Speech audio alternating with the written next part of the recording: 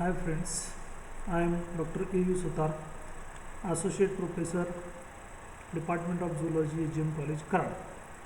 In this video, today we are going to learn about the Agnatha. Before going to study the Agnatha, we must know the outline of classification of phylum Chordata.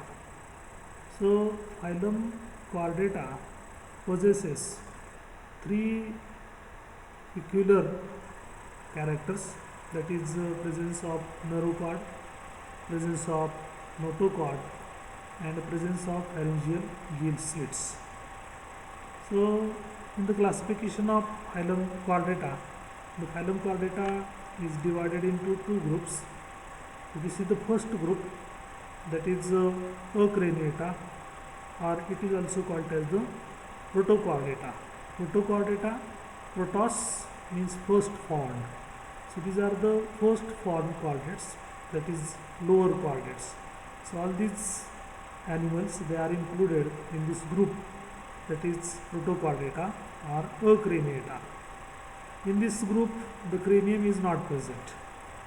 Then this is the second group, that is Craniata, or it is also called Euchordata.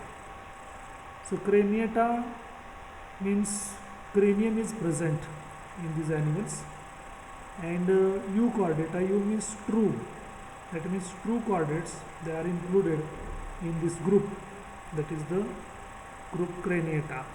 That means all higher chordates, they are present in the group, that is the Craniata. Now Acraniata or Protochordata, it is divided into three subphyla: subphylum Hemichordata, subphylum Urochordata, and subphylum Cephalochordata. Subphylum Hemichordata is now considered to be an invertebrate group. So the two groups, that means subphylum Urochordata and subphylum Cephalochordata, they are the classified under group Acraniata. Then again this subphyla, it is divided into different classes. So Hemichordata is divided into two classes, that is Enteropneusta and class Pterobranchia. Then subphylum Urochordata, it is divided into two classes, Acidaceae and Thalassae. Then Cephalochordata, Urochordata is divided into three classes, Acidaceae, Thalassae and Larvaceae. Then Cephalochordata is divided into only one class, that is called as the Glyptochordae. Again we come to this point, that is group Euchordata or group Craniata is divided into subphylum, only one subphylum, that is the Vertebrata. Vertebrata, that means vertebral column is present in these animals. This subphylum is divided into two divisions. First one, it is nothing but the Agnatha, and second division, that is called as the Gnathostomata. So now Agnatha, that means lack of jaws. So jaws are absent, or jawless animals, they are present in this division, that is the Agnatha. And here division Gnathostomata, that means upper jaw and lower jaw, they are present in this division. Division Agnatha is divided into two classes, that is the class Ostracodermi and second class, that is called as the Cyclostomata. Then Gnathostomata has two superclasses, superclass Pisces and superclass Tetrapoda. Then superclass Pisces is divided into three classes: Placodermi, class Placodermi, class Chondrichthyes, and class Osteichthyes. And superclass Tetrapoda, that means they bears four legs. Tetra means four, poda means legs. So these animals bear four legs, and this superclass Tetrapoda is divided into four classes: class Amphibia, class Reptilia, class Eos, class Mammalia. So this is about the outline of the classification of the phylum Chordata. Now, general characters of the Agnatha. So just we discuss, that is, in this group the jaws are absent. So here this is the animal which belongs to the Agnatha. So you can observe this animal and see here no jaws are present. Upper jaw or lower jaw, they are not present in this case. So this is the first character, jaws are absent. Paired fins are generally absent. So in this figure you can say this is the anterior dorsal fin, this is the posterior dorsal fin, this is the caudal fin, but no paired fins are present. So here no pair is there. So generally paired fins, they are absent. Early species had heavy bony scales and plates in their skin, but these are not present in living species. So before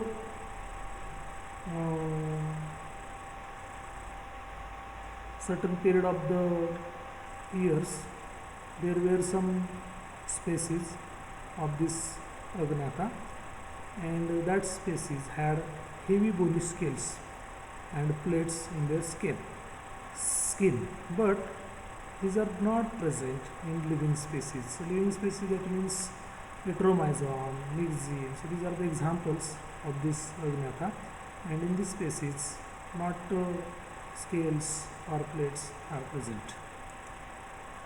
In most cases the skeleton is cartilaginous, that means the skeleton is made up of cartilage. So in majority of these animals the skeleton is the cartilaginous. The embryonic notochord persists in the adult.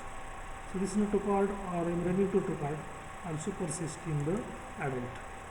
7 or more paired gill pouches, they are present. So in this case 7 or more pairs of the gill pouches, they are present.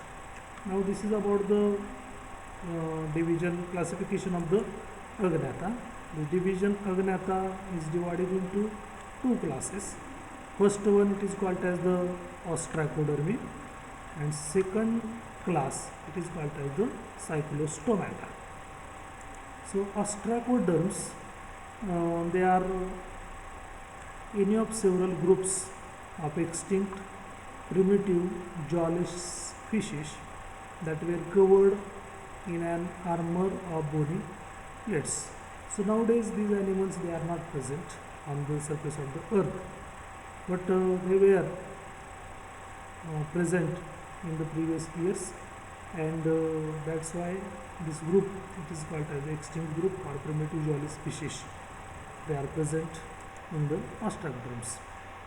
Their fossils are found in North American and European strata of the Ordovician, Silurian and Devonian periods of the Paleozoic era, approximately 400 million years ago.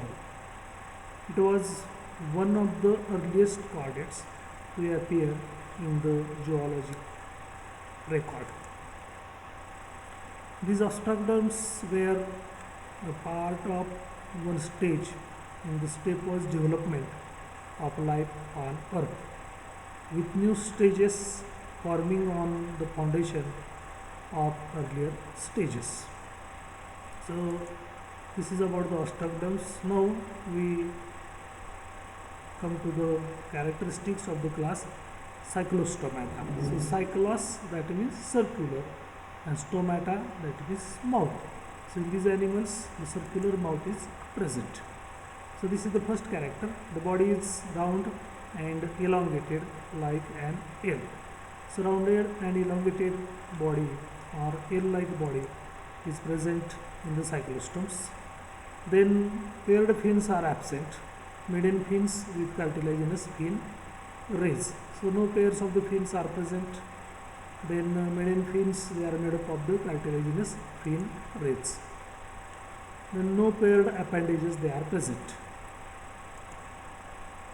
The skin is soft, smooth, and devoid of any scales. That means scales, they are not present in the skin. In these animals, spleen is absent.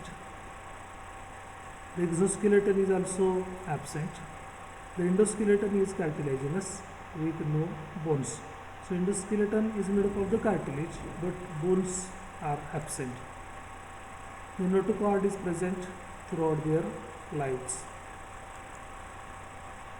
The digestive system is devoid of any stomach. That means digestive system is present, but stomach is absent in these animals.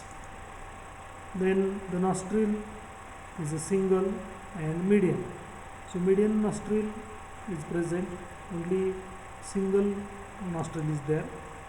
Then gills are 5 to 16 pairs. The heart is two chambered, only two chambers they are present in the heart. The brain is visible. The lateral line acts as a sense organ. About 10 pairs of cranial nerves are present in the nervous system.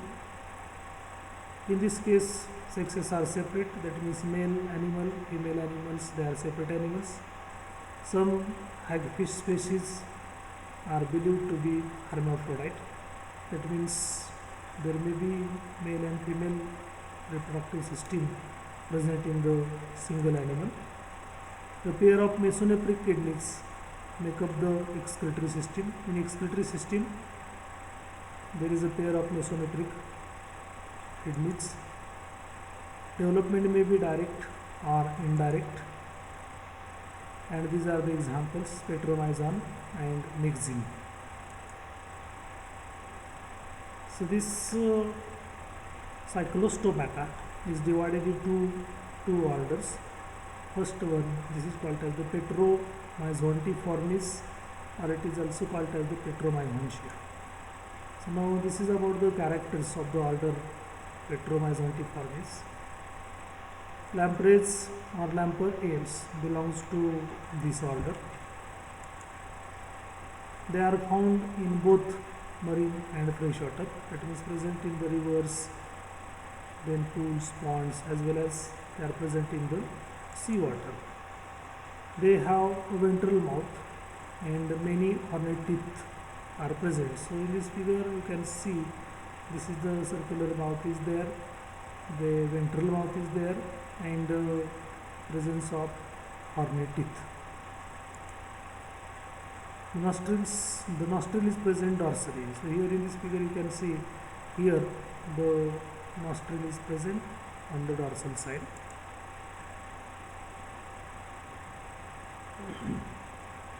They possess a well developed dorsal fin. So this is the first dorsal fin, this is the second dorsal fin. So well developed dorsal fins are present. The dorsal and ventral roots of the spinal nerves are separate. The development is indirect in this order. An example is the Petromyzon or Lampetra. This is the second order of the cyclostomata, that is Myxiniformes. So hagfishes represent this order. They are found exclusively in the marine environment.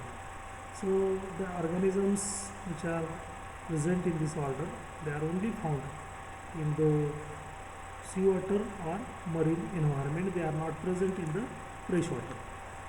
They have terminal mouth with few teeth. So in this figure you can see this is the terminal mouth and few teeth they are present. They have no buccal cavity. Buccal cavity is absent in these animals. The nostril is terminal. So here nostril is present, which is the terminal one. They possess 6 to 14 pairs of gill slits. So here external gill slits they are present in this figure. So 6 to 14 pairs of the external gills they are present. The dorsal and ventral roots of the spinal nerves are not separate. Eggs are large and few in number. The dorsal fin is usually absent or weak, and examples are the myxine or paramyxine. Thank you.